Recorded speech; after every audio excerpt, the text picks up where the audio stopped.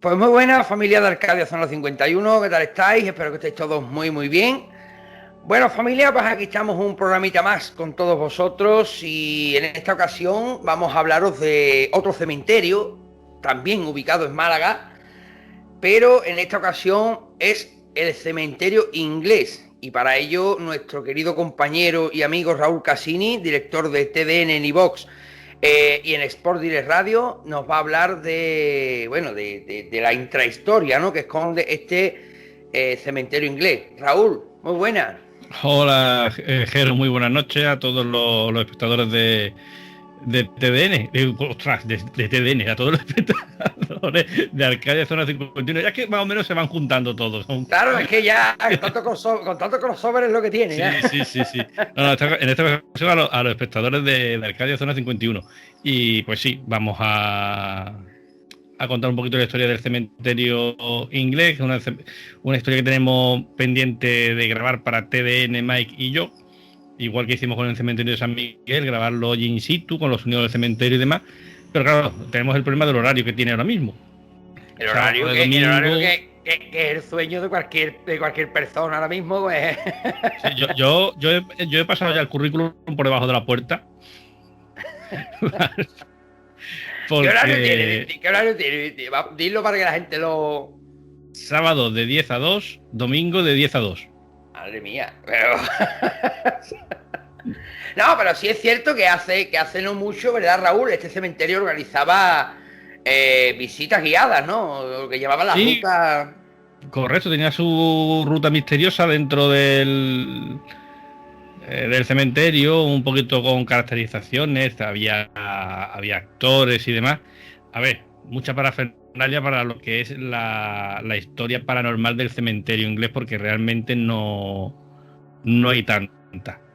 Ujú. Aunque, bueno, sí, hace poco recientemente sí apareció ya después algo, creo que fue la semana pasada en Cuarto Milenio, que de todas formas yo tengo la foto, después te la paso para que la puedas poner cuando hablemos del tema. Es algo corto, pero que sí fue reciente.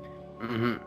Esto de las rutas del misterio con caracterizaciones por dentro del cementerio ocurre en muchos de España. Por ejemplo, en el de mi ciudad, en Sevilla, Ujú. también ocurre. De hecho, hay varios grupos que se dedican a llevar este tipo de iniciativas que plantearon al ayuntamiento y a la asociación encargada de llevar el cementerio. Y oye, parece que en su momento tuvieron cierto repunte porque las visitas turísticas a Sevilla, solo por el hecho de visitar Ujú. el cementerio.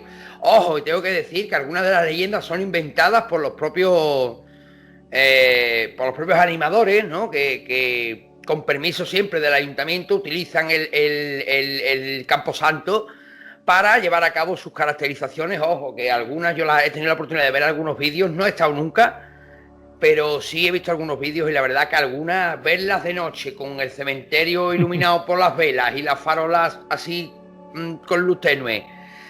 Joder, te sale una actriz vestida de novia por el...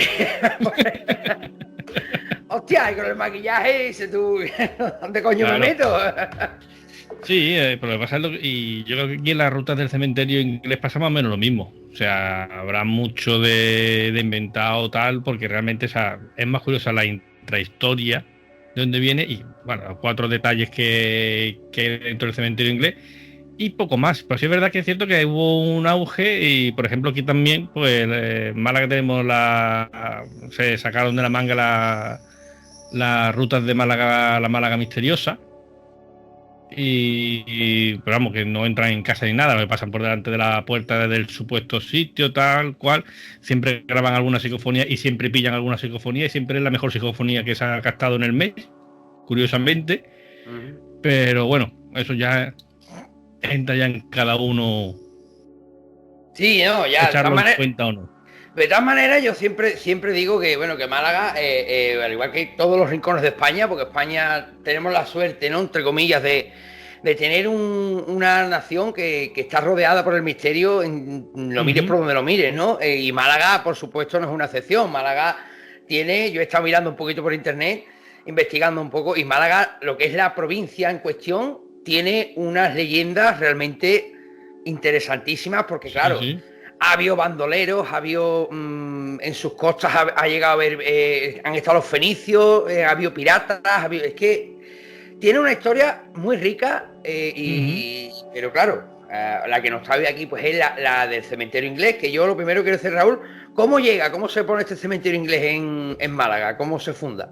Pues mira, este cementerio es la casualidad de que es el camposanto protestante más antiguo de la península ibérica. ¿Vale? Protestante. Sí, el cementerio protestante más antiguo de la península ibérica, que estamos hablando de 1831. Porque esto de los cementerios protestantes, que igual que este aquí es el más antiguo, pero después esto fue una práctica que se extendió por el resto de España. Bueno, pues resulta que en 1787, pues el rey Carlos III, a través de una real cédula, pues prohíben los entierros en los espacios dentro de los pueblos de la ciudad de España, incluyendo el interior de la iglesia o espacios parroquiales, es decir, en Camposanto. O sea, un hereje, por así decirlo, no podía estar enterrado en Camposanto. ¿Qué ocurre? Bueno, pues en Málaga en particular, pues para realizar estos enterramientos no católicos, pues las autoridades, ¿qué es lo que hacían? Pues directamente llevaban los cadáveres a la playa, a la orilla, para que se los llevara la marea, o se llevaban varios cadáveres en una barca, lo echaban por la borda, pero al final la marea los volvía a traer a la playa. Es cierto que en aquella, bueno, al final acababan pues comidos por los peces, devorados por los perros callejeros. Hay que recordar que en aquella época no había la cultura de playa que hay hoy en día. O sea, la playa era un sitio más donde a lo mejor estaba más transitada, digamos, por los pescadores, por entrar y salir de pesca, pero poco más. Sin embargo, es curioso, ya como nos podemos fijar en aquella época, ya venían, o sea, no es de hoy que vengan los británicos que iban a morir con el balcón a la costa, sino ya ya venían y morían en la playa. Ya venía, se morían directamente, ya de aquí. Exactamente. Bueno, la cuestión es que un tal William Mark, que había sido testigo de estos entierros, por así decirlo, que realmente eran abandonos en la playa, bueno, pues fue nombrado cónsul británico en 1824 y puso toda su dedicación, puso todo su empeño en buscar un terreno que sirviese de cementerio para que los miembros de su comunidad protestante pues pudiesen recibir un enterramiento digno. Finalmente, en 1829, las autoridades malagueñas decidieron un terreno despoblado a las afueras de la ciudad, cerca de la carretera de Almería, a las afueras de la ciudad en aquella época. Hoy podemos decir que está prácticamente dentro del casco histórico. Y bueno, pues de esta forma fue como el cementerio inglés se hizo realidad. Y bueno, pues según el registro de enterramiento, la primera persona que fue enterrada en este nuevo cementerio fue un tal Mr. George Stephens, propietario del bergantín Cicero, que se ahogó accidentalmente en el puerto de Málaga en enero de 1831. Es decir, volvemos a lo mismo, la tradición de británicos ahogados en las costas malagueñas, o sea, viene de antaño. Es curioso, ¿no? Porque con todo esto tú ves a los marineros expertos y marineros experimentados con yo no sé cuántos años de navegación y se ahogan. Es que dices tú, coño, pero espérate, vale que eran otros tiempos, pero tan tonto era, no. Eso iban a estar culo de whisky, ¿me entiendes? Sí. A ver, estamos hablando de que ya va a empezar a británico. Tengamos, o sea, le pese a quien le pese, los mejores marinos siempre han sido los españoles. Sí, eso sí. O sea, le pese a quien le pese. Y, por ejemplo, hay una serie, Black Sails, que está en Netflix, por lo menos estaba, que sí la recomiendo porque sí se centra mucho en la historia verdadera de los piratas, huye de esa famosa leyenda negra creada en torno a los marinos españoles y demás. Y si es cierto que se centra más en la marina inglesa, pero cada vez que ven la bandera de un buque español se echan literalmente a temblar. Uh-huh. O sea, sí, además últimamente las películas de piratas, por ejemplo, en una de las de Piratas del Caribe, creo que es la de la Fuente de la Eterna Juventud, Mareas Misteriosas, no sé si es la cuarta o la quinta, la cuarta creo que. La cuarta. Casi siempre los españoles, ven a los españoles y siempre están, no nos pueden ganar, los pones como los mejores, ¿saben? O sea, no podemos perder el tiempo, los españoles nos llevan ventaja, no sé, ¿no? Y una especie de leyenda negra, ¿no? Que se ha creado alrededor de... No, o sea, es que era la realidad, o sea, es que tú ver una bandera española en un buque en mitad del océano. Sí, pero además, si te fijas, al final de la escena, como están todos pegándose espadazos y pegándose, entran los españoles y nadie tiene huevo a soltar una bala, ni a soltar un espadazo. O sea, se quedan todos con la espada, ¿qué coño? O sea, y nadie tiene huevo a soltar un tiro, ni a soltar un... Solo uno que se sube en una piedra, enseña la bandera inglesa y automáticamente ¡pum! El tiro. Y lo gracioso es que dice el español que alguien deje constancia de la valentía de ese hombre y se va al tío, ya está. Venga, y yo, a ver. Pero bueno, es cierto que se levantó mucha, como sobre todo, que podríamos dedicar un programa a eso, a la infundada leyenda negra española, porque es muy interesante. Pero, a ver, hasta cierto punto es normal, porque le pese a quien le pese, el mayor imperio que ha existido en este planeta ha sido el español. Sí. O sea, de hecho, en el Imperio Español nunca se ponía el sol. La mejor armada era la española. Porque igual que los británicos te cuentan el fracaso de la Armada Invencible en sus costas, que fue un fallo, bordear, porque si hubiesen cogido y hubiesen metido los barcos por el Támesis, revientan Londres y ahora mismo estarían tocando las palmas en Reino Unido y estarían comiendo tortilla de patata. Pues los británicos intentaron hacer una contraarmada. Sí. De la cual no se habla, de la cual no hablan, porque entre las tormentas y enfermedades no llegaron a siquiera a Portugal. O sea, antes de llegar a Lisboa, los 4 barcos que les quedaban tuvieron que dar la media vuelta. Sí. Que ellos venían con las pretensiones de intentar acabar con los restos que quedaban de la Armada Invencible. Mira, hay un almirante que se conoce como el almirante ciego, cojo y manco que derrotó a la Armada inglesa, que fue Blas de Lezo. Correcto, creo que fueron con 5 barcos. Sí, además le hizo una encerrona espectacular. Yo sé de lo que tú vas a hablar, que fue el mayor troleo en la historia de Forocoche. Sí, totalmente. Además, te voy a contar la historia como yo la conozco, ¿vale? Fue por lo visto la Inglaterra organizó una conmemoración a su armada, a su ejército, ¿no? Y invitó a unos cuantos de países, ¿vale? A todo, invitó al mundo entero, pero escoge España con sus 2 pelotas y el buque que manda, el portaaviones, se llamaba Portaaviones Blas de Lezo, con 2 cojones, ¿vale? Sí. O sea, y llegó a Inglaterra y los capitanes ingleses se tuvieron que cuadrar cuando el portaaviones atracó en el puerto. O sea, que fue algo que la gente se quedó... Sí, pero es que hay otra historia con referente a Blas de Lezo. Yo te digo, lo del troleo de Forocoche. Sí. No sé si lo sabes, hace unos años, el nuevo gran buque insignia de la Armada inglesa, sí, ¿vale? Pues decidió que a votación popular el pueblo iba a poner el nombre al nuevo buque de insignia de la Armada inglesa. ¿Qué hicieron los amigos de Forocoche? Consiguieron poner en la lista, en segundo lugar, a Blas de Lezo. A Blas de Lezo. Cuando le vieron la oreja al lobo, dijeron los británicos, se cortó la votación. Ya se cierran las líneas. Claro. Tú imagínate el buque insignia de la Armada Británica llamándose Blas de Lezo. De hecho, en la época en la que Blas de Lezo consigue derrotar a los ingleses, unos días antes, el rey de Inglaterra había ordenado hacer una moneda para conmemorar la supuesta victoria que iba a tener sobre Blas de Lezo, en la que en una de sus caras aparecía un Blas de Lezo derrotado, arrodillado ante él. Entregando la llave.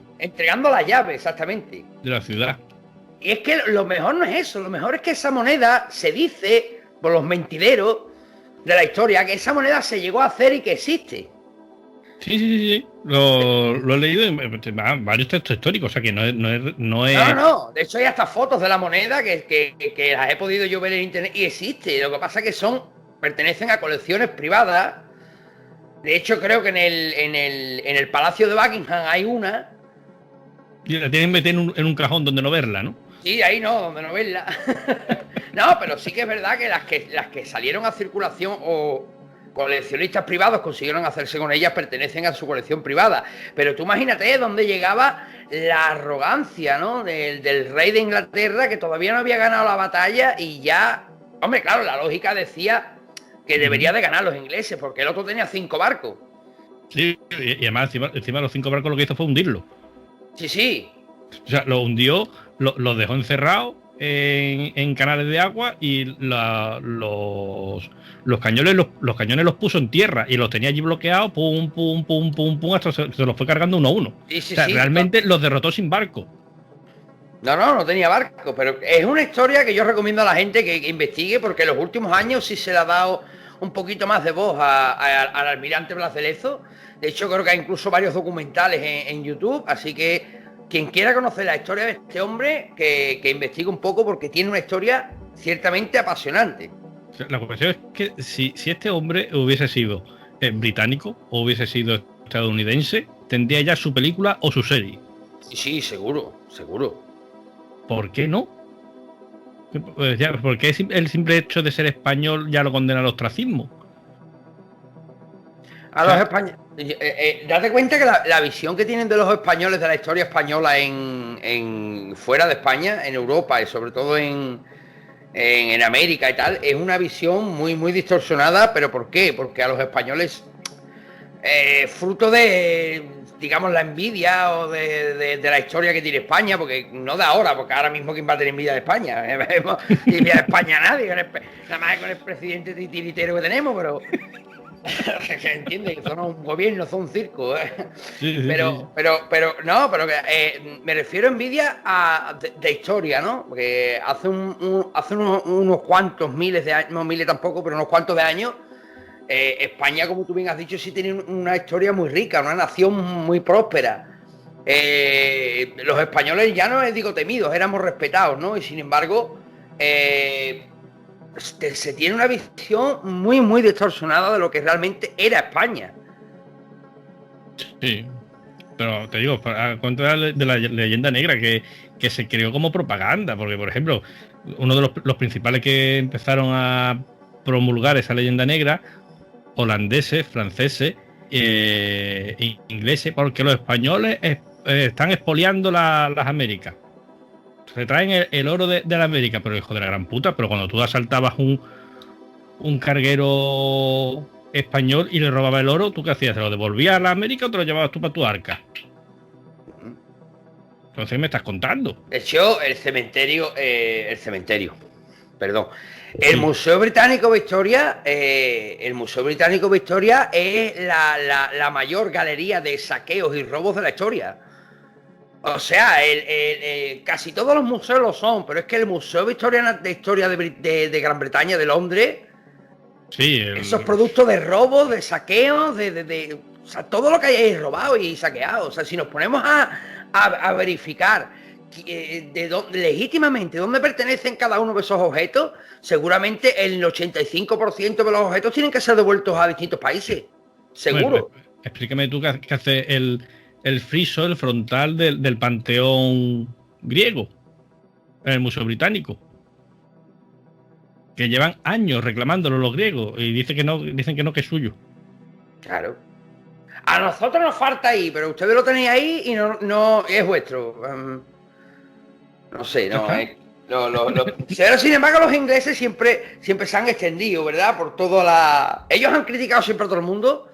Ojo, que no digo que todos los ingleses, no digo que todos los ingleses sean malos. Pero ellos se han extendido por todo el mundo y de hecho, buena prueba de ello que en España incluso tienen varios cementerios ingleses. Porque está en Cádiz, creo que había otro, lo dijimos en el anterior programa. En Cádiz había otro. Y bueno, dime. No, te iba a decir que bueno, que vamos a volver un poco a que nos hemos dispersado un poco. Sí, esto se está empezando a aparecer ya a los programas que hago yo con Román. Lo digo que el programa tenemos preparado, que estamos preparando a 3 con Román. ¿vale? De estas películas que a lo mejor hoy no casarían mucho. Te digo para que tú ya te vayas haciendo ya la idea de que va a ser una cosa más o menos así. O sea, vamos saltando de una película a otra que no tiene nada que ver. Se lo empieza a escapar spoiler, pero o sea, es un programa en plan cervecero. Totalmente. No, es donde más, es realmente muchas veces donde más se aprende, porque se sueltan datos, por ejemplo. Yo estoy seguro que la mayoría de las personas, o por lo menos no digo a la mayoría, pero siempre va a haber alguien que nos esté escuchando que no tenía ni idea de quién era Blas de Lezo ni de ninguna de las hazañas que ha realizado. O de las anécdotas que hemos contado. Sí. Ya que pues, tener los huevos muy gordos para mandar a un acto homenaje a la Armada Inglesa, mandar un portaaviones que se llame Blas de Lezo. O sea, eso es maravilloso. Pero el hombre que se le ocurrió eso hay que ascenderlo a capitán general, pero ya, vamos. Sí, porque además tenían que contar en ese acto que tú dices, tenían que contar una breve historia del personaje que le daba nombre a esa nave. ¿Verdad? Imagínate contando la historia de Blas de Lezo, los ingleses. ¡Uy, qué vergüenza! Yo inglés no, yo España, ¡viva España! ¡Viva España! Ya te digo. Bueno, pues volviendo al cementerio, pues hay que decir que curiosamente es que va ligado, británico, cementerio inglés y ahogados.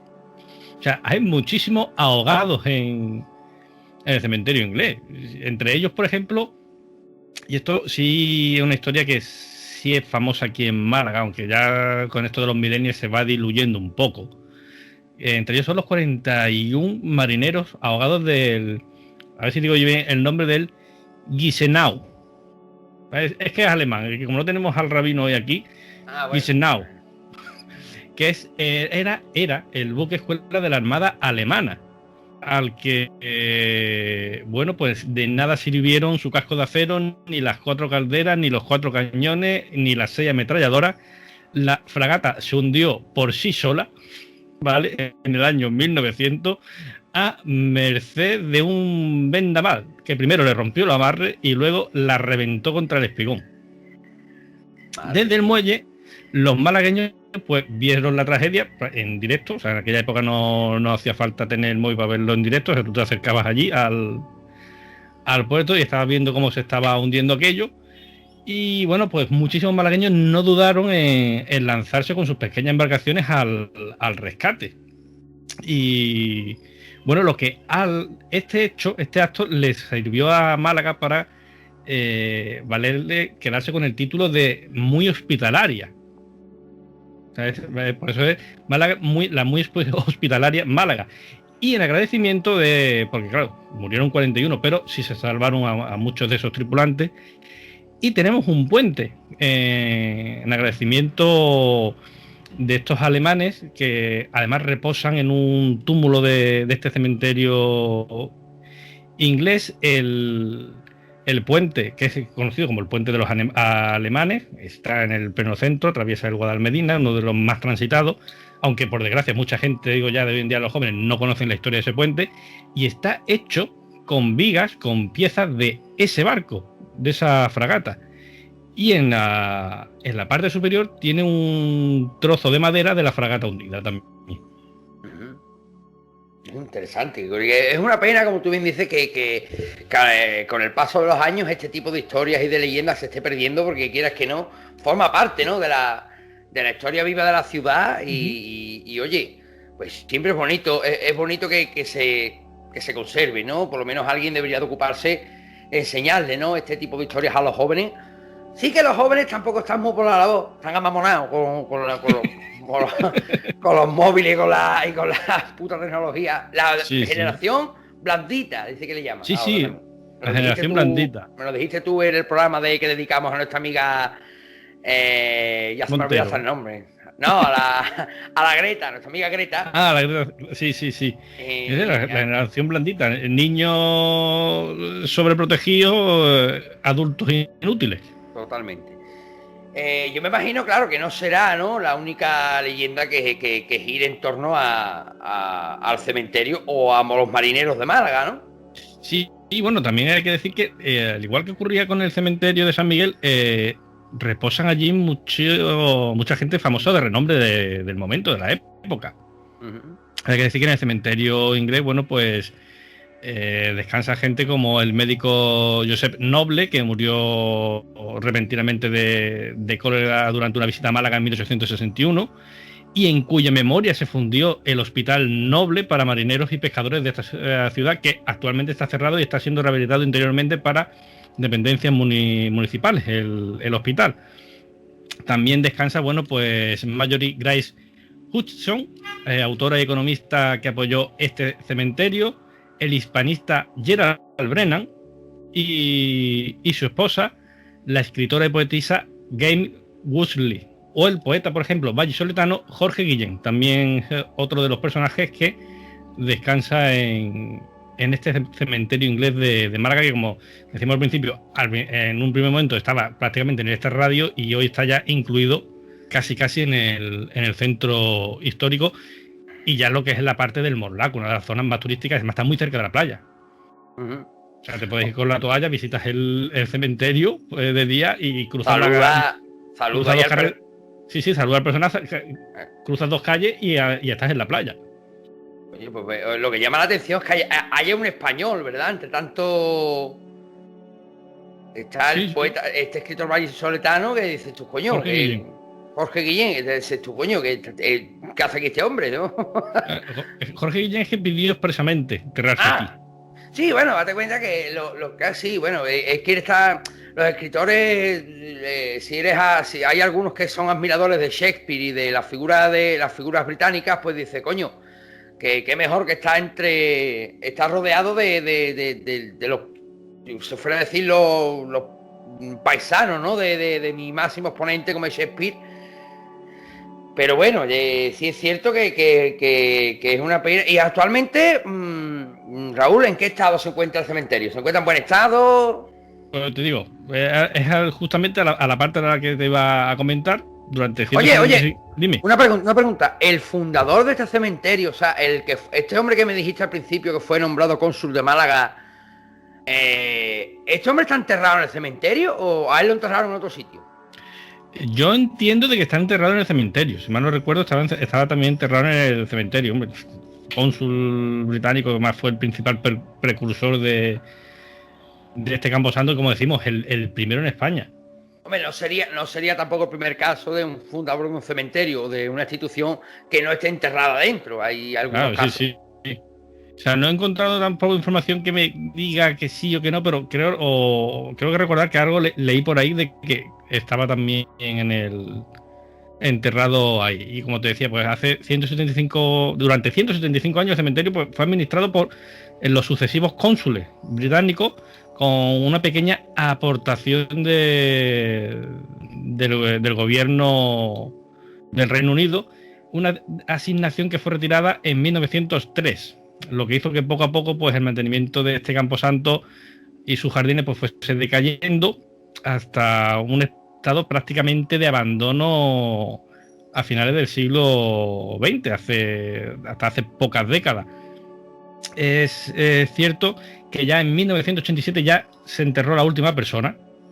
En 1987 no se ha vuelto ya a enterrar ya a nadie, ya no se puede enterrar a nadie allí, y ahora pues subsiste gracias a aunque está considerado ya, está reconocido como patrimonio de bien cultural, está en manos, digamos, privadas, que son los que gestionan las entradas, se encargan del cuidado, recogen dinero con estas visitas guiadas nocturnas, pero que ahora con el tema COVID, a ver si ahora que ya las mascarillas están un poquito más laxas, pues reabren a un horario más normal. De momento está solamente restringido a ese horario de 10 a 2 los sábados y de 10 a 2 los domingos. Sí, pero se han preocupado de cuidarle, de por lo menos arreglar los jardines y todo. Que no está, por ejemplo, como el de Denia, creo que era el cementerio en Denia, o el de Cádiz, o el de Sevilla, que el de Sevilla está que da penita verlo, totalmente abandonado. Está más, por lo menos, está más cuidado, ¿no? Llegó casi al estado de abandono, pero consiguió salir a flote. Sí, el de Cádiz, la plaza pública de Cádiz está construida, una de las plazas de Cádiz está construida sobre el cementerio inglés, ¿vale? O sea que no sé si, me imagino que claro, los cuerpos se sacarían de allí, no creo yo que hiciera la gracia de convertir la plaza en la plaza de Poltergeist, que esta gente son, esta gente son capaces. Después se dice, por ejemplo, sobre el de Denia, y esto se dice, lo explico en la intro del programa del cementerio de San Miguel. Sobre el de Denia, es un cementerio que está comido por la maleza y dicen que allí reposan los restos de la fragata Guadalupe, que se hundió en 1799, si no me equivoco, pero también dicen que ciertamente allí solo descanse un cuerpo, que sea el de un niño inglés que sus padres pidieron que se enterrara allí, y se construyó esa serie de lápidas y cementerio improvisado, ¿no? Allí donde está actualmente el llamado cementerio inglés de Denia. Pero seguramente ahí solo descanse un único cuerpo, que sea el de este niño. Y bueno, como vemos los cementerios ingleses, pues casi todos, ¿no? El de Cádiz desapareció a finales de los 70, el de Denia pues está totalmente abandonado, el de Sevilla está también muy abandonado, y el de Málaga, por suerte, mira, de momento lo tiene. De momento sobrevive. Bueno, pues ahora si quieres podemos empezar un poco con la historia dentro del cementerio. Sí. Ya, ¿no? Que como decíamos no son muchas. Si alguien va a la visita guiada y te empieza a contar muchas más historias de las 3 o 4 que vamos a comentar aquí, ya que sepa que son elucubraciones y entelequias de la empresa responsable de leyenda urbana. De leyenda urbana vamos a decir nosotros, para no decir que pero sí que es verdad que eso pasa en todas las ciudades. Yo lo he dicho al principio, en Sevilla la mayoría son inventadas. El cementerio de Sevilla le pasa lo mismo, ¿no? Tiene muy poquitas, sí, que hay varias, pero son lo mismo, ¿no? Leyendas que a lo mejor con el paso de los años, pues la abuela se lo cuenta al nieto, el nieto se lo cuenta a su hijo, y así sí. De generación en generación. Pero como diría mi madre, creencias de vieja, como diría mi madre. Sí. Bueno, aquí la historia más terrorífica, creo yo, del cementerio es la del extinto cementerio de San Rafael. Y ocurrió en 1989, cuando las enormes inundaciones de Málaga, que Málaga estaba de punta a punta con 1,5 metros de agua, y la fuerza del agua reventó nichos, levantó tumbas, y la gente que vivía allí cerca de los alrededores pues se asomaban a la ventana para ver de pasar el agua, y iban los cuerpos momificados y los ataúdes flotando calle abajo. Porque la inundación, o sea, reventó el muro, reventó nicho, y por esto fue algo espeluznante. ¿Tú te imaginas la cara de más de uno asomado por la ventana? Hostia, tío, qué guapo. Aquí en Andalucía sería, hostia, qué guapo, Guillo. Sí. Totalmente. Pasa que en aquella época no teníamos móviles. Es algo, exactamente, qué pena. Es algo que yo siempre he dicho, que porque aquí en Andalucía no hay grandes inundaciones como se ve en el norte o en Estados Unidos. Porque aquí, allí sacan los cubos, aquí sacábamos la barca hinchable, la nevera con los botellines, y nos tiraríamos que está abajo. ¡Su puta madre, qué guapo, Guillo! Seguro. Aquí seguro. Ya, yo conozco más de uno que lo haría, yo el primero, ¿eh? menos mal que no nieva, como ocurrió en Madrid con Filomena y demás, si no esto sería ya caos ya total. Vamos, caos porque tú dices, la gente metiendo la cerveza en la acera, en la nieve. Si fue aquí que nevó, este invierno ha llegado a nevar aquí en Zafra, que fíjate tú, ha nevado en Zafra, ya estaría como estaría el aire de limpio que ha nevado en Zafra, pues, en Extremadura. Pues tú imagínate la que se formó, todo el mundo en la calle. ¡Oh, está nevando! No, me lo puedo imaginar. Bueno, pues vamos con la historia del cementerio del cementerio inglés, y una de ellas es el Ángel Encantado. Hay que decir que uno de los protagonistas de esta historia fue Antonio Alcalde, que fue y alguien que tiene su propia historia, que fue el antiguo cuidador del cementerio inglés. Y bueno, pues hay que decir que este hombre, pues mientras velaba por el mantenimiento de la necrópolis, además hay que decir que el puesto era heredero de un trabajo que había desarrollado su padre y su abuelo. Era un trabajo que primero había sido su abuelo, después su padre, ahora trabajaba él como cuidador. Y bueno, pues un día estaba allí haciendo sus quehaceres cuando vio a un hombre de aspecto, digamos, extravagante, que algo no le cuadraba muy bien. Subía a la cuesta principal del cementerio, comenzó a caminar de un lado a otro con la mirada perdida y gestos extraños en su rostro, según parece. Bueno, pues al aproximarse a uno de los mausoleos que posee una enorme figura de ángel a tamaño natural, este visitante se quedó mirándolo fijamente. Antonio, bueno, pues se acercó a saludar al recién llegado y, bueno, pues empezaron a entablar una conversación. Pero lo que le contó este visitante es algo que se escapaba de toda lógica, porque aquel individuo sostenía que el ángel custodio que se encontraba en aquella tumba no era solamente de mármol, sino que bajo aquella coraza estaba el cuerpo de una muchacha difunta. Y ya pocas palabras más salieron ya de la boca de este visitante. Y salvo, pues que manifestó también igualmente que el ángel estaba vivo gracias al alma de la joven fallecida que custodiaba la figura y que así perduraría durante siglos. Una historia extraña cuanto menos. ¿Esto se pudo corroborar, Raúl? ¿O? Teniendo en cuenta, o sea, esto lo ha contado el propio Antonio Alcaide. Sí, no, me refiero, pero se llegó a corroborar que vaya, Antonio, yo leí un poquito sobre este hombre. A ver, yo lo veo un hombre, lo poquito que he leído sobre él, un hombre serio, ¿no? Un hombre en el que dices tú, coño, es que este hombre no tiene por qué mentir tampoco. Ahora, si tú te refieres a si han venido, se han llevado la estatua, la han metido en para hacer una resonancia magnética o... De momento que yo sepa, no. No se pudo, no se ha llegado a comprobar, ¿no? No se ha llegado a comprobar. Está ahí como leyenda, pero es cierto que este hombre sí que lo cuenta como un hecho, o lo contaba, mejor dicho, como algo que le ocurrió y que le impactó mucho. Después tenemos una de las tumbas más emblemáticas del cementerio inglés, es la tumba de Violet. ¿Vale? Es una de las tumbas más populares de este cementerio británico, el de la niña Violeta, que, bueno, pues se trata de un modesto enterramiento de mármol blanco muy pequeñito, adornado con una cruz celta, además, bueno, una cruz celta, una cruz solar realmente, la cruz celta con los 4 brazos iguales y el círculo. Y bueno, pues lo más singular de esta tumba es el epitafio que figura en su lápida, en la que los familiares pues compararon la corta edad de la pequeña fallecida con la duración de la planta de la que tomó su nombre.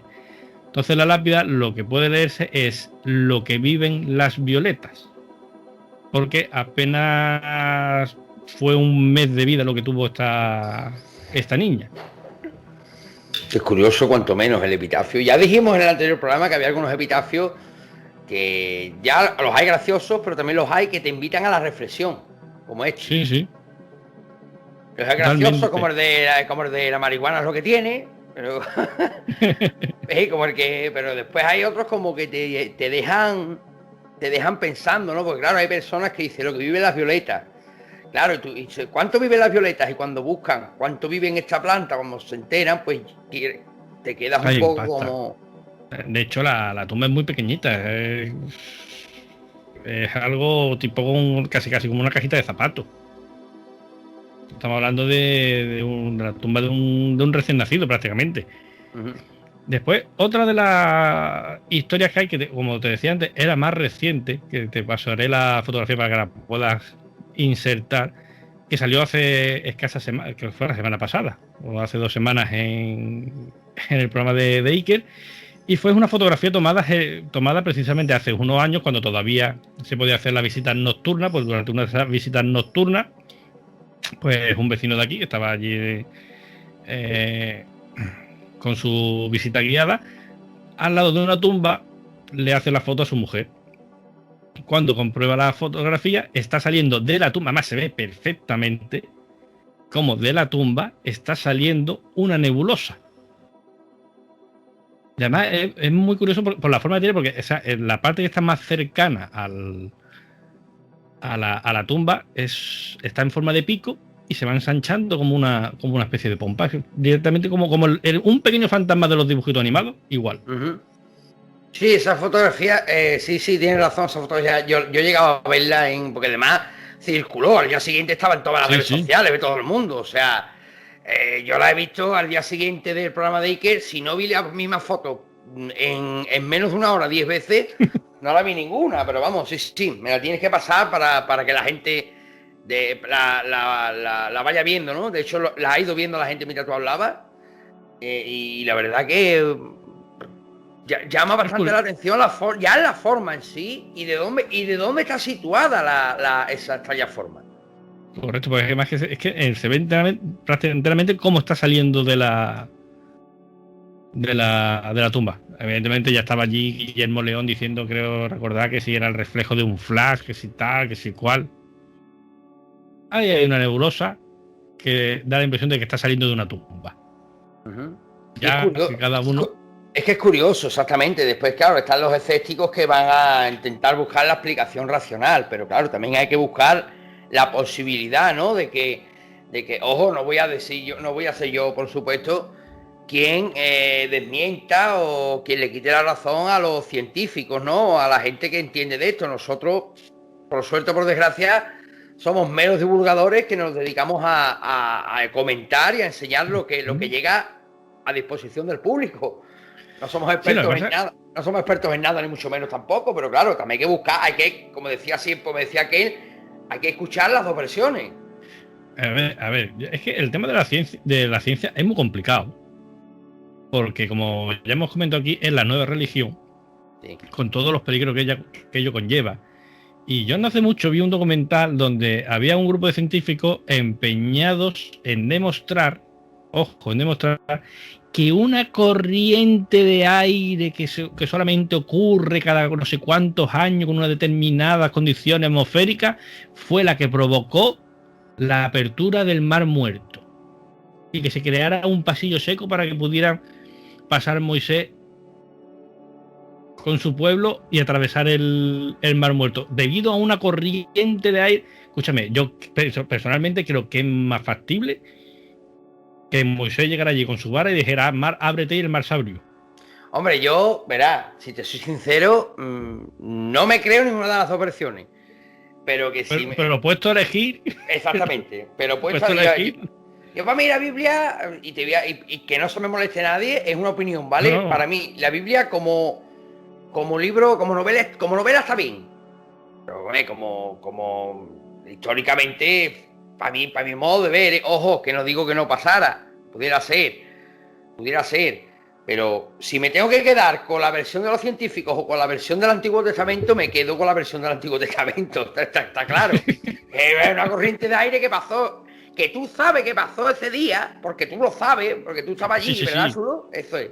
Y además lo firma. No, lo firma, que sí, que pasó ese día. ¿Tú cómo lo sabes? No lo sé, pero me lo imagino. Venga ya, Guillo, La ciencia no se puede basar en suposiciones, o sea, lo supongo, pero es que la ciencia no se puede basar en una suposición. La ciencia tiene que demostrarlo empíricamente, con datos. Mínimo con datos. Sí. ¿Dónde te apoyas tú para decir eso? Venga, demuéstramelo. No, a ver. Si es que, bueno, una de las pruebas que ellos ponían era el ventilador este de un Overcraft, ¿vale?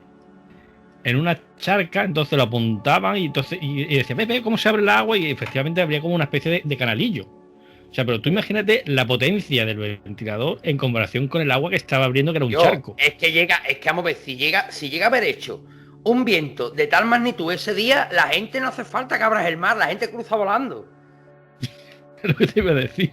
Es lo mismo, por ejemplo, que te digo yo, y le voy a pegar otro palito, que la NASA. Vamos a ver. En Marte no hay vida, ¿tú cómo lo sabes?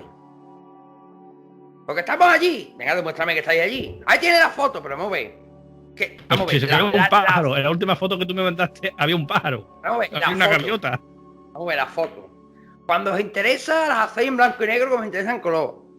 Después, Por ejemplo, el rover Curiosity en 20-24 kilómetros que lleva recorridos desde que está en Marte, o sea, la cantidad de piedras y formas extrañas que hay en esas fotos en 24 kilómetros, o sea, es que dice, es que en la Tierra también hay piedras extrañas. En un tramo de 24 kilómetros, en un desierto, en la Tierra, seguro que no saco ni la mitad de formas extrañas que hay en Marte, o supuestamente en Marte. Por lo mismo. Sí. Por lo mismo. Este señor con un ventilador en un charco los quiere demostrar. Y no, lo mejor no es eso. Lo mejor es que habrá gente que le aplauda. Pues seguro, hombre. Recordemos a James Cameron cuando encontró en el trastero de un contador de luz la tumba de Jesús. Y de María Magdalena, y se quedó tan pancho. No, pero James Cameron llegó a un punto que ya ese hombre perdió la razón. Ese hombre ese hombre hace ya muchos años que no carbura. Ese hombre tiene menos tornillos que un cenicero, el hijo puta. Hace ya no, James Cameron hace ya mucho tiempo que perdió el norte, ya dejó de ser él. De hecho, yo creo que él vive en Pandora, ¿vale? De hecho, yo creo que él vive en Pandora, realmente. Se ha quedado allí. Sí, se ha quedado allí, totalmente. No, oye, podemos apuntarnos esto para otro programa de barbaridades sobre la Biblia y tal, o de teorías estas extrañas. Sí, yo te iba a decir para ese programa de invitar al rabino, pero el rabino, más que participar, nos va a pegar una colleja a cada uno, ¿vale? Bueno, pero oye, nunca se sabe, ¿eh? No, bueno, yo respeto mucho a Guillermo, porque yo lo quiero un montón y de hecho ya ha participado varias veces conmigo sí. y contigo hablando de este tema, de su trabajo, de Sefar, que es un trabajo maravilloso, y incluso curiosidades y anécdotas la ha contado aquí que hay en la Biblia y tal, pero bueno, él sabe perfectamente mi opinión, yo respeto. Esto se ha hecho, los comentarios que se han hecho aquí hoy, quiero dejar claro a todo el mundo que es para hacer más o menos el programa. Correcto. No para burlarnos de las creencias de nadie, sino simplemente para pasar un rato ameno. Ojo, yo respeto a todas las creencias de todo el mundo. De hecho, mi madre es muy creyente, mi padre es muy creyente, mi mujer es creyente. Y oye, hay que respetar. Además tú lo has dicho, que para ti eso es un relato de ficción, para ti. O sea, tú no estás diciendo que no estás afirmando que lo sea, tú has dicho desde tu punto de vista. Sí, no, yo, verás, es la opinión que yo tengo, que el que lo coge, lo abraza y reza con él porque cree firmemente lo que pone él. Oye, pues ole tú, ¿no? Son tus creencias y tú las defiendes férreamente porque tienes unos principios, unos ideales, pues oye, es respetable. Es igual que yo he visto, por ejemplo, en cementerios católicos, he visto gente que en lugar de un crucifijo, una virgen o un santo, pues tienen puesta el árbol de la vida. Oye, que... mucha simbología celta en mucho, por ejemplo, este es uno de ellos, el cementerio inglés, el cementerio de San Miguel también había mucha simbología celta, y yo tengo que ya reconocerte públicamente, o sea, yo últimamente estoy ya más cercano al druidismo y a la religión celta que al cristianismo puro y duro. Hombre, es que ya nosotros cada día que pasa vemos de la guadaña un poquito más cerca. Entonces ya... Eso... aparte que los dioses celtas y demás me parecen muchísimo más entretenidos y más menos que... Bueno, me voy a comparar tú a mí a Thor y a Odín. Y a Odín con San Pedro con la llave aquí colgando. Aquí yo con la llave. ¿Qué tú quieres ahora, Fe? ¿Tú quieres ahora? ¿El maestro de la llave aquí o qué? ¿O el amo del calabozo? ¿Qué eres tú? No, lo que pasa es que el cristianismo, el problema que hay, ya que nos estamos desviando un poco, pero el cristianismo, el problema que hay es como lo desvirtuado la propia iglesia. Sí. O sea, no tiene nada que ver el mensaje de la propia iglesia con el mensaje que en su momento dio Jesucristo. Era un mensaje más parecido, por ejemplo, al de la cultura celta, de amar lo uno a lo otro, amar a la naturaleza, amar que lo que promulga la iglesia. Totalmente. Y eso se ve reflejado ya no solo en el mensaje que se puede ver y escuchar, ¿no? Si uno presta atención, sino simplemente ya dentro de la propia simbología, por ejemplo, en los cementerios, ¿no? Incluso hoy en día se sigue dando casos, como digo, de gente que prefiere que en su lápida pues pongan, en lugar de símbolos cristianos, pues símbolos que ellos llamarían paganos. Por ejemplo, correcto. Simbología celta, simbología incluso hindú, simbología incluso del Islam, ¿no? Yo he visto una lápida con un pergamino que simbolizaría el Islam, o sea, con el escrito Harvey. O sea que es algo que llama poderosamente la atención. Pues sí. Bueno, pues vamos a reconducirnos otra vez Venga, que al final... al camino del cementerio. Y bueno, pues hay que comentar lo que te decía, que lo más llamativo de Camposanto es la vieja leyenda británica que lo envuelve y que asegura que la última persona que es enterrada en un cementerio se convierte en su guardián. ¿Vale? Entonces, este debe velar por la seguridad de las almas allí congregadas hasta que un nuevo difunto sea enterrado y ocupe el puesto del anterior vigía. En el Camposanto de St. George, que como se llama el cementerio inglés de Málaga, pues se mantiene muy viva esta tradición y son muchísimos los que creen en ella. Y ahora esta parte te va a encantar. Paradójicamente, el último fallecido de este cementerio es Antonio Alcaide, quien fuese vigilante en vida del mágico enclave. Entonces, ahora la tradición pues señala que él es el guardián espiritual de los muertos y enterrados. ¿Cuál es el hándicap? Que ya nadie más se va a enterrar allí. Con lo cual, tú imagínate, o sea, este hombre va a trabajar para toda la eternidad del trabajo que estaba haciendo en vida. O sea, tú imagínate, yo qué sé. Dicen que, por ejemplo, cuando alguien muere de forma repentina y no se entera que se ha muerto, sigue haciendo la misma tarea para la eternidad. Tú imagínate que está, yo qué sé, que él es albañil y está alicatando un cuarto de baño, te da un jamacuco y te muere allí en el cuarto de baño a medio alicatar. O sea, y tú pasarte la eternidad haciendo mezclas y alicatando y cortando azulejos. Cállate, no hable de esas cosas, que nada más el olor al cemento me da salpullido. No miente la soga en la casa del ahorcado, ¿no? Hombre, ¿qué está hablando? Que yo soy camarero, yo no soy albañil, pero los albañiles me dan mucha presión, ¿no? O sea, pues tú imagínate, está en la barra de un bar poniendo desayuno, te da un jamacuco y te muere allí y te tira ya toda la eternidad poniendo café y bocadillo a la catalana. Y aguantando a clientes de estos reguleras para toda la eternidad. Pues algo menos más que el cementerio más tranquilo, pero o sea, este hombre, o sea, después en la muerte sigue haciendo lo mismo que estaba haciendo en vida.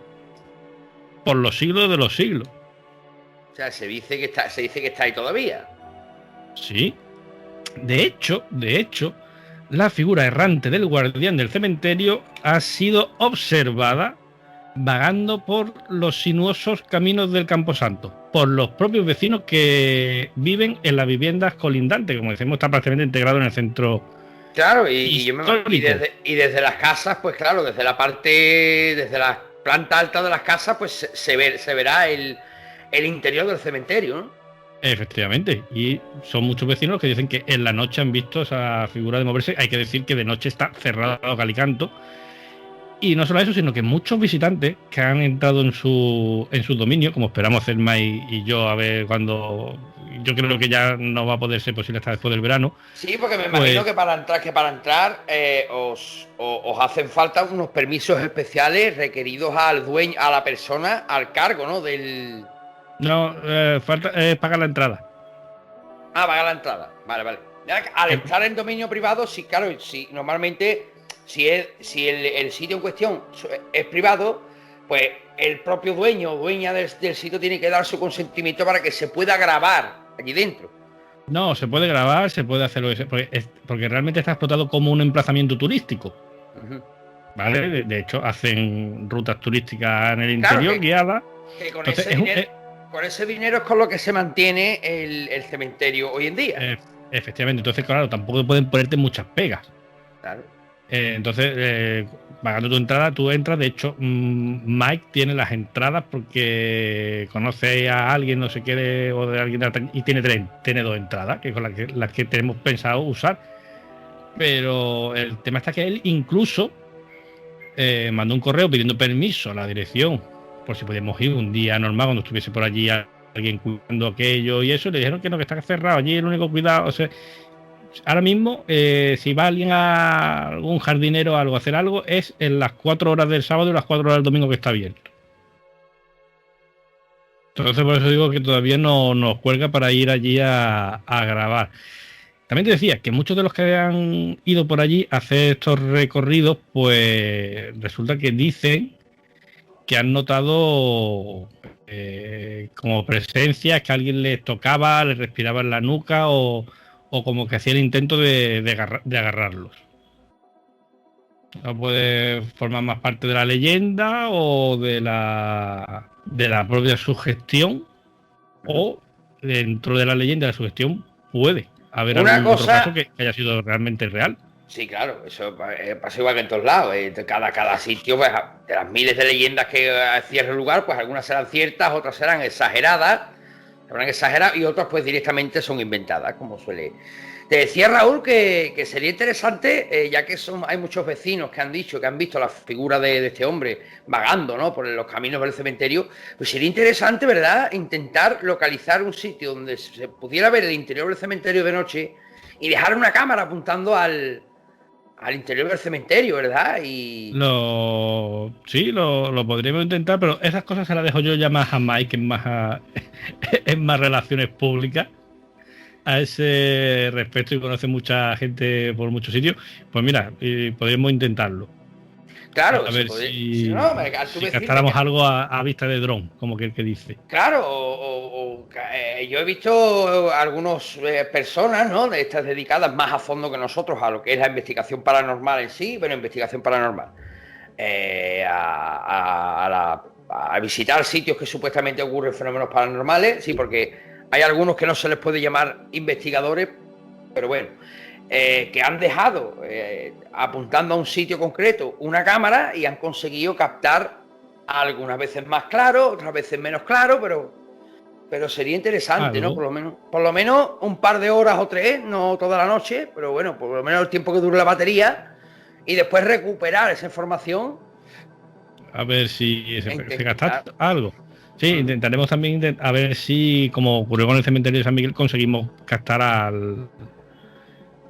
algún susurro, algo. A ver si te han guiado algo de fondo. A veces te han guiado los Heredia las tuyas. No creo. ¿Por qué? A lo mejor allí, a ver, igual que en el otro lado, en San Miguel, había habido fusilamientos, se escuchó como incluso tú dices, nos dieron hasta el tipo de arma, la recarga de un mouse. Allí con la cantidad de ahogados que hay y haciendo el chascarrillo, allí a lo mejor lo que más vamos a escuchar va a ser el chapoteo. El chapoteo, como Calimero que salpica, chapotea, feliz en el agua. Ahí está.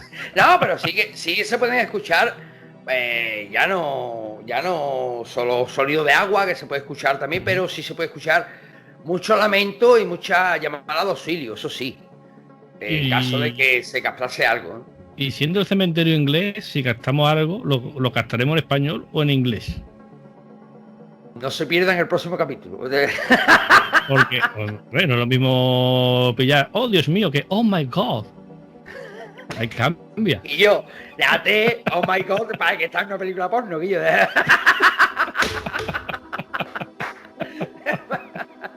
No, pero sí, pero me gustaría que le dijeras a la gente, Raúl, hemos dicho que abre solo los sábados y los domingos este cementerio. Sí. De 10 de la mañana a 2 de la tarde. A 2 de la tarde. Es que madrugón, y esto no puede ser madrugón domingo a 2 de la tarde, que yo me estoy hablando. Que bueno, y se sabe, o puedes decir el precio que tienen las entradas del cementerio. Pues ahora mismo no te puedo decir, pero si quieres verlo buscando mientras te cuento lo último relacionado con el guardián del cementerio, que bueno, puede ser más infundado que otra cosa, puede ser un poco más propagandístico que otra cosa, pero sí te puedo decir que bueno, se rumorea que en una de estas excursiones nocturnas un nutrido grupo de turistas pasaba por el cementerio tras el guía, que, ataviado con hábito de monje, narraba la historia y las leyendas del viejo Camposanto. En mitad del evento, cuando la comitiva penetraba en la zona antigua y boscosa de la necrópolis, parte del grupo se giró para observar un repentino resplandor que apareció por sorpresa a lo lejos dentro de de los márgenes del recinto. Poco a poco la luz se fue acercando y apareció la figura de un hombre que, candil en mano, caminaba renqueando entre las tumbas. Los turistas pues se sorprendieron y aplaudieron la escena, imaginando que formaba parte de ese espectáculo que ellos habían pagado. Se sorprendieron todos, excepto el guía, que con el rostro blanco y desencajado había enmudecido al observar al espectral inquilino, ¿vale? Porque no era ninguno de los actores, ni se reconocía como ninguno de los actores de la atracción de la visita guiada. De hecho, como suele ocurrir en estas cosas, pues parece ser que al doblar un recodo, pues ya este personaje, candil en mano, desapareció, se esfumó. Se cuenta, se dice, se rumorea que esa noche, pues ya a partir de ese momento, debido al estado de nervios del guía, tal, se suspendió el espectáculo, el show. Yo personalmente lo veo más propaganda de folletín. Sí, marketing. De la propia empresa que lleva estas rutas guiadas que otra cosa. Pero bueno, está ahí. Uh-huh. Bueno, pues el Cementerio Inglés de Málaga está situado, para quien quiera o quien pase por Málaga quiera verlo, en el número 1 de la avenida de Príez, ¿vale? Sí. A 5 minutos andando desde el Pompidou, y de la calle de Larios está a unos 15 minutos. O sea, está perfectamente integrado en el centro. Recomiendan a quien vaya en coche que aparque cerca de la Plaza de Toros. O sea, imaginaros la Malagueta, imaginaros dónde está ya el Cementerio Inglés, lo cerquita que está de la ciudad. El horario, tengo que decir que ha cambiado. Ha cambiado, lo estoy viendo en la página web de la asociación, que aparecerá en la pantalla mientras yo voy hablando, y es sábados, domingos y festivos de 10:30 a 3 de la tarde. Ajá. ¿Vale? Y la taquilla permanecerá abierta hasta las 2:30 de la tarde, o sea, media hora antes del cierre. El precio es de 5 euros la entrada. Los grupos de 15 personas tendrán un precio especial de 3 euros por persona. Y bueno, la entrada gratuita, pues obviamente a los miembros de la iglesia de St. George, a los miembros de la fundación, a los menores de 12 años que vayan acompañados por un adulto, y a los familiares de los difuntos, obviamente, que puedan demostrar que son familiares que tienen un familiar enterrado, gestionado por la Asociación Cementerio Inglés de Málaga, fundada en 1831. Y como veis, pues la página web, que es la que está saliendo en pantalla mientras yo os iba hablando, pues es la página donde tenéis que consultar a través de correo electrónico o teléfonos que aparecen aquí cualquier duda que tengáis acerca del cementerio. Voy a hacer un inciso. Si mientras tú estabas hablando, o ahora yo por ejemplo estoy hablando, de fondo se escuchan lamentos, lamentos, además muy desgarrado, es que alguien está atendiendo, ¿vale? O sea, que es que la pared de esta estancia, donde ahora me toca dormir, grabar y demás, a donde la gente tiende, y las carruchas están un poco mal mantenidas y suena como si estuviesen degollando un guarro. Y sé que se mete por el micrófono, lo sé. O sea, aparte de que tenemos al tonto del barrio otra vez con el reggaetón puesto aquí debajo de la ventana. DJ Bike. Muy bien, muy bien. A ese hombre hay que hacerle un programa, entrevistarlo como hacía Jesús Quintero. El vagamundo. El vagamundo, ¿no? Yo qué sé, vamos, Jesús Quintero se pone las botas y viene a... Raúl, no sé si te gustaría añadir algo más. Bueno, pues si quieres puedo añadir una pequeña leyenda de aquí de Málaga, también del centro histórico. No tiene que ver con el cementerio inglés. Lo tenemos preparado por si se quedaba un poquito corto el programa, que aunque llevamos ya 1 hora y pico, pero bueno, si te parece la incluimos. Sí, claro. Bueno, pues esta es la leyenda. Bueno, más que la leyenda, no es la leyenda, es la historia, porque esto es una historia real, la historia de la Casa de las 7 Cabezas. ¿vale? En la Plaza del Obispo, que es la plaza que está al lado justo de la catedral, pues existió una casa muy famosa en 1639 y aquella casa pertenecía a doña Sancha de Lara Ugarte y Barrientos. Ojo, que estamos hablando de alguien que tiene calle en Málaga, ¿vale? El Paseo de Sancha, que es donde vive el alcalde de Málaga y que está a continuación de la avenida Priest, que es el número 1, que es donde está el cementerio inglés. Pues a continuación lo que sigue es el Paseo de Sancha. Y bueno, pues con el fin de recaudar fondos para el Hospital de Santa Catalina de la ciudad de Málaga, pues se representaba una obra teatral en un teatro que había en lo que hoy se conoce como la calle Bolsa. Pues como actores para aquella función, pues estuvieron gente de renombre como Luisa Robles y Francisco Correa. Estaba invitado de forma muy especial el alcalde don Pedro de Olavarría y su guapa, joven y casquivana esposa. Ojo al dato, o sea, quedaros con el dato de guapa y joven, ¿vale? Y casquivana. Y casquivana. Porque, bueno, se cuenta, se rumorea, bueno, de hecho era cierto que el alcalde, don Pedro de Olavarría, pues una persona de semblante serio, ¿vale? Y no era especialmente querido por los malagueños. A su esposa se le conocían diversos escarceos con hombres de renombre de la ciudad, y una de sus últimas aventuras era la que mantenía en secreto con el sobrino de doña Sancha de Lara, don Álvaro de Torres y Sandoval, ¿vale? Un joven, pues como los jóvenes de esta época, pues igualmente en aquel momento los había, lo que se llama un bala perdida, alocado, derrochador y pendenciero. Se te cruza una joven guapa y casquivana, aunque sea la esposa del alcalde, y pasa lo que pasa. Ancha Castilla, ¿me entiendes? Exactamente. Bueno, pues cuando el edil y su guapa, joven y casquivana esposa entraron en el teatro, la función pues ya había comenzado. O sea, encima este hombre llega tarde. Aparte de que no tenía mucho tirón entre los votantes, pues ya llega tarde.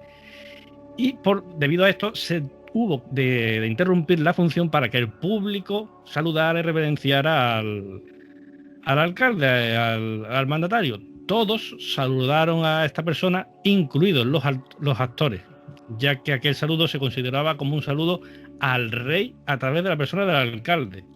Ojo, solo una persona no saludó a don Pedro de Olavarría. ¿Y este quién era? El sobrino de doña Sancha de Lara, amante de la esposa del alcalde.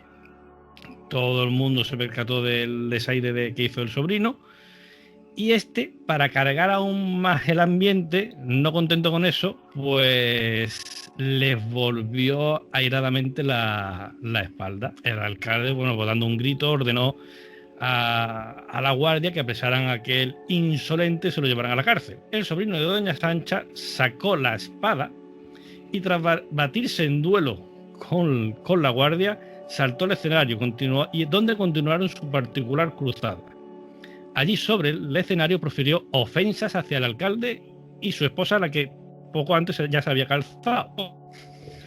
Finalmente, tras la brava batalla, pues el joven fue reducido, dejando heridos a varios de los golillas, de los guardias de la época. El alcalde, pues afamado por su crueldad y alentado por su propia esposa, que había quedado en evidencia, pues celebró aquella noche un juicio rapidísimo en el que se condenaba a morir en la horca a don Álvaro de Torres. Ojo, esto es justicia rápida y no lo de hoy. Hombre, eso es justicia rápida. Bueno, pues resulta que doña Sancha, alertada por los graves acontecimientos, pidió al alcalde clemencia, pero al ver que el salvar la vida de su sobrino era del todo inútil, le pidió que al menos recibiera los auxilios de un sacerdote que tomara la comunión. Algo a lo que el alcalde igualmente se negó. Por la mañana, pues de una reja de la cárcel de la ciudad, que entonces estaba en la Plaza de la Constitución, un sitio emblemático hoy de España, de Málaga, y donde se coloca la tribuna oficial de la Semana Santa, pues de allí pendía el cuerpo sin vida de este joven. Nadie se atrevió a decir nada, todos temían, evidentemente, al durísimo y barbarísimo alcalde, y por la mañana doña Sancha pues puso prestos varios caballos y se dirigió a Madrid para ver al rey Felipe IV. Allí fue recibida por don Ludovico Acevedo, mayordomo del conde duque de Olivares, quien le asesoró de que primero tenía que entrevistarse con su señor. Por la mañana fue recibida por don Gaspar Guzmán Pimentel y Rivera de Velázquez y Tobar, quien tras escucharla la condujeron al... El rey, al enterarse de esta historia, le dijo: señora, si el alcalde ha abusado de sus atributos, que yo en su día le diere, tendrá castigo en la justa medida a su crimen. El rey mandó a jueces en secreto para que investigaran el caso y tras comprobar esto, la autenticidad de las palabras de doña Sancha, se lo hicieron saber al rey. La justicia intervino rápida.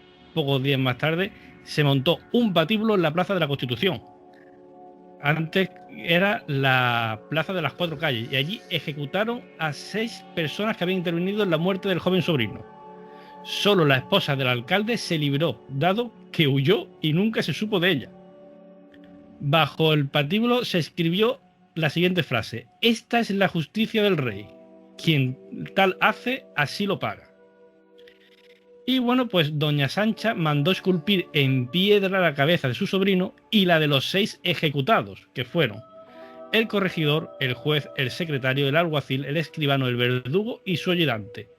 Y luego las mandó poner en el soportal de su casa. Por esta razón, esta casa, que ya no está allí, se la conoció durante muchísimos años como la Casa de las 7 Cabezas. Hoy se encuentra allí el Hotel Cataluña. Y con el alcalde, o sea, el alcalde consiguió huir también. Sí, el alcalde parece ser que se libró porque no cuenta entre los ejecutados. O sea, que huyó con supuestamente huyó con su esposa también, se quitaron del medio, vamos. Eso es. Pero bueno, es una historia cuanto menos curiosa de las muchísimas que hay aquí en Málaga. Sí, porque como digo, Málaga, como dije al principio, Málaga es una tierra que yo he tenido oportunidad de investigar un poquito por internet y de algún que otro libro que tengo aquí en casa. Y de hecho, creo que tengo aquí en Extremadura, en Sevilla, tengo un libro que está hecho tipo novela gráfica, tipo cómic, y se llama Málaga frente a la guerra de la independencia. ¡Ostras! Y es un libro que le regalaron a mi padre, un cliente. De hecho, fue el propio escritor del libro que le regaló el libro a mi padre en el restaurante que mi padre tenía en Sevilla. Le regaló el libro. Y yo he tenido oportunidad de leerlo. Y dentro del propio libro ya hay anécdotas de los malagueños con el ejército francés y tal de la época. Muy, muy interesante. Y esta es una de ellas. Yo, Raúl... Sí, esta es una historia, no es una historia de misterio, pero es una historia de traición, de cuernos, venganza. No, es que, hay duelos a espada. Es lo que yo he visto muchas veces, ¿no? Hay... la gente cuando se nombra para misterio, se entiende por misterio fenómenos paranormales, ¿no? La historia también tiene sus misterios de la historia. Porque tú ahora te empiezas a hacer preguntas como ¿qué impulsa, ¿no? A ese joven bueno, sí, que era un zulo, pero bueno, vale. Por ejemplo, ¿no? O en qué momento una persona abusa, ¿no? Tanto por su poder, sabiendo que el rey se puede enterar, ¿no? Y más en la época de la que estamos hablando, ¿no? Fíjate, el conde duque de Olivares, tú has nombrado a un cualquiera, ¿eh? Estamos hablando de la época de la triste. Totalmente, época en la que, por ejemplo, el conde duque de Olivares era uno a los que no le temblaba la mano a la hora de sacar la espada Realmente el conde duque de Olivares era quien dirigía el país. Sí, de hecho... Era el válido de Felipe IV, que él estaba a sus cosas, a su montería, a tal cual, a cepillarse a guapas actrices, a tener 53 hijos bastardos, y quien realmente dirigía el país era el conde duque de Olivares. Sí, totalmente. Bueno, Raúl, yo antes de despedirnos quiero anunciar si me lo permites, una cosa que vamos a hacer para TDN, y esto va a ser exclusivo para TDN. Quien lo quiera escuchar por completo va a tener que estar atento al programa de Raúl, el cual está abajo en la descripción. Vamos a hacer un programa dedicado a los misterios de Sevilla, ¿no? No vamos a decir Sevilla misteriosa porque hay un grupo de investigación que se está registrado, ¿no?, como Sevilla misteriosa, y tampoco es plan de meternos en un problema nosotros, ¿vale? Un problema legal. Pero no vamos a hablar solo del cementerio de Sevilla, del cual, como he dicho al principio, pues la mayoría de las leyendas pasa igual, ¿no?, que con el cementerio inglés. La mayoría son inventadas. Vamos a hablar de lo que es Sevilla en sí, la provincia, la ciudad y sus pueblos de los alrededores, que sí esconden muchas historias, no solo de fantasmas, sino de todo tipo. Por ejemplo, el cementerio de Sevilla pues tiene su zona, está dividido, digamos, por zonas, ¿no?, dedicadas a por ejemplo, una dedicadas a los disidentes. Y esta zona es la que en ella se enterraban todos aquellos cuerpos que no habían recibido los sacramentos católicos, ¿no?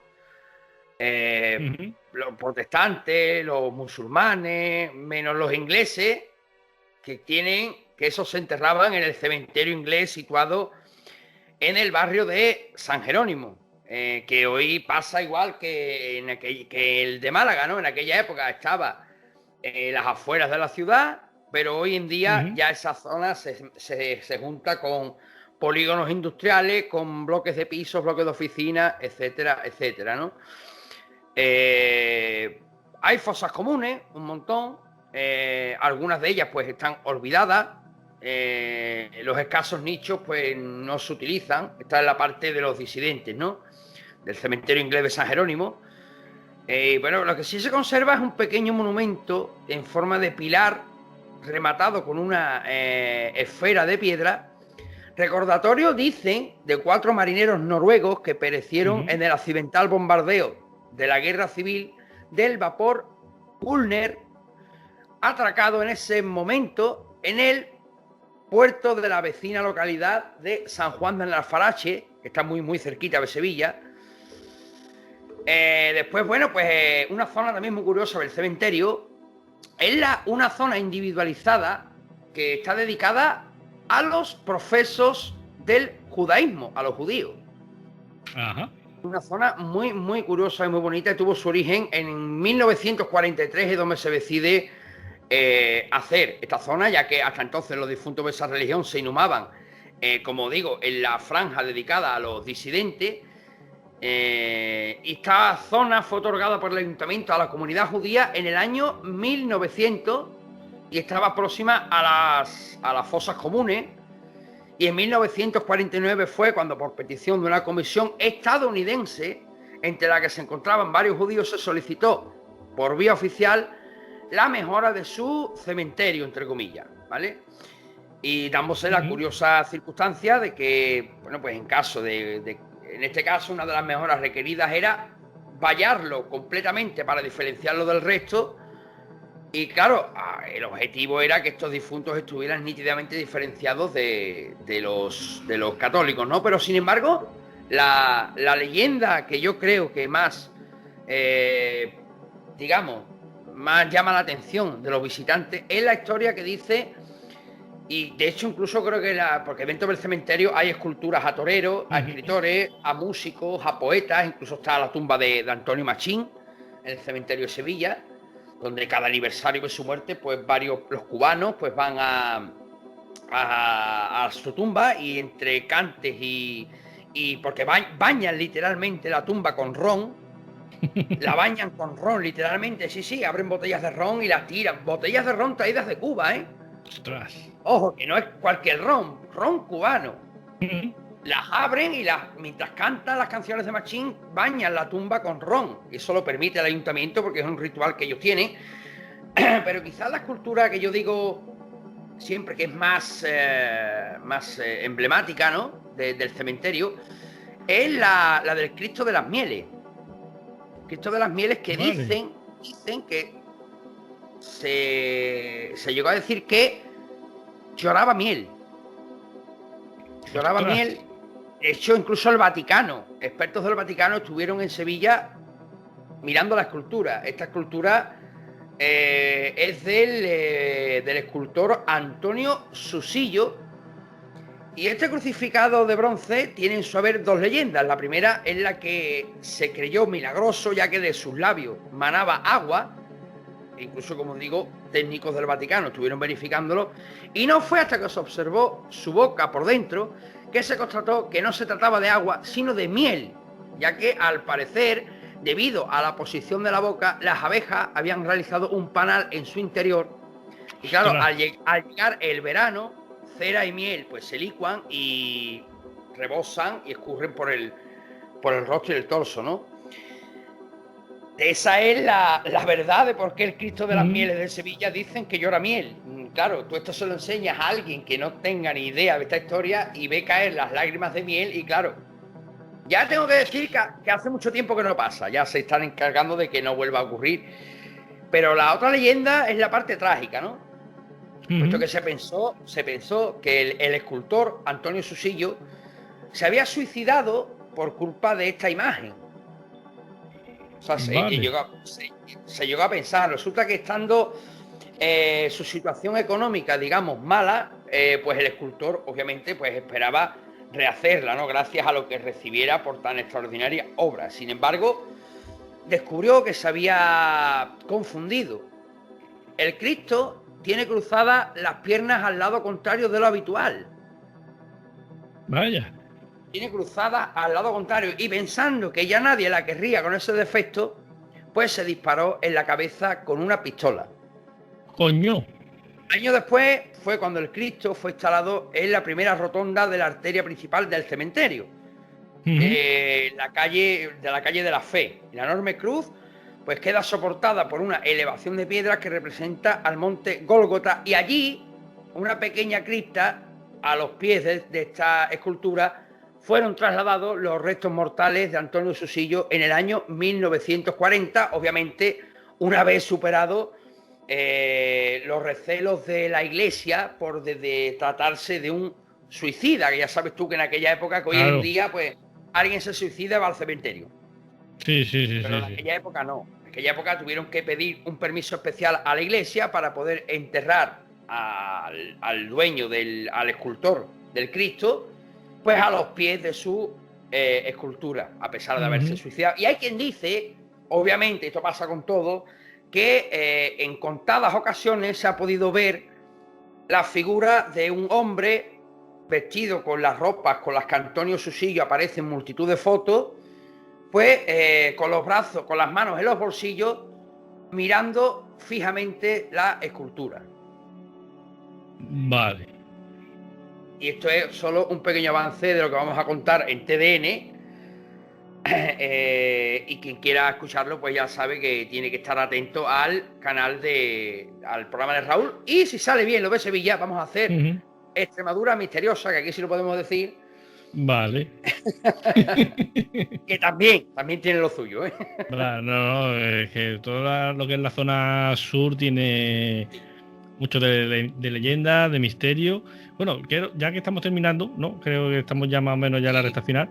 Además este programa es del viernes, ¿verdad? Hoy es viernes, sí. Muy bien. Pues automáticamente, nada más que termine, que va a coincidir, los amigos de Arcadia pueden pasarse ya a iVoox, a TDN Turno de Noche, que ahí voy a hablar yo sobre antiguas civilizaciones ancestrales en el segundo volumen, construcciones extrañas que hay por ahí a lo largo del globo, y en el segundo bloque de nuevo tenemos al amigo Jero, que vamos a estar los dos hablando sobre, aquí se denominó Idiocracia 2, pues va a ser un poco Idiocracia 2 y el negocio del ecologismo. Correcto. En la descripción del vídeo tenéis todos los datos para acceder inmediatamente de aquí a iVoox, ¿vale? Si estáis en el móvil, pues descargaos la aplicación y buscamos, como estáis viendo en pantalla, TDN, Turno de Noche iVoox. Y Raúl. Y el logotipo es este. Para que nadie se equivoque. La navecita. Raúl, muchas gracias, tío, que ha sido un placer tenerte aquí de nuevo con nosotros. Nada, igualmente, gracias a ti por invitarme, gracias a ti por venir tú a mi programa y gracias por esos programas que hacemos conjunto. Por supuesto, y que bueno, que esté pendiente la gente, porque muy pronto, si esperemos que cuando este vídeo se esté emitiendo todo haya salido bien y podamos ofrecerles una entrevista muy muy especial con la colaboración del gran Paco Quevedo, que estará acompañándonos con nosotros. Vamos a entrevistar a una escritora que ha escrito un libro que es muy interesante, el cual enseñaremos y os daremos más datos en esa entrevista, que si todo ha ido bien, la tendréis el lunes, día 5 de julio, la tendréis aquí, en Arcadia Zona 51.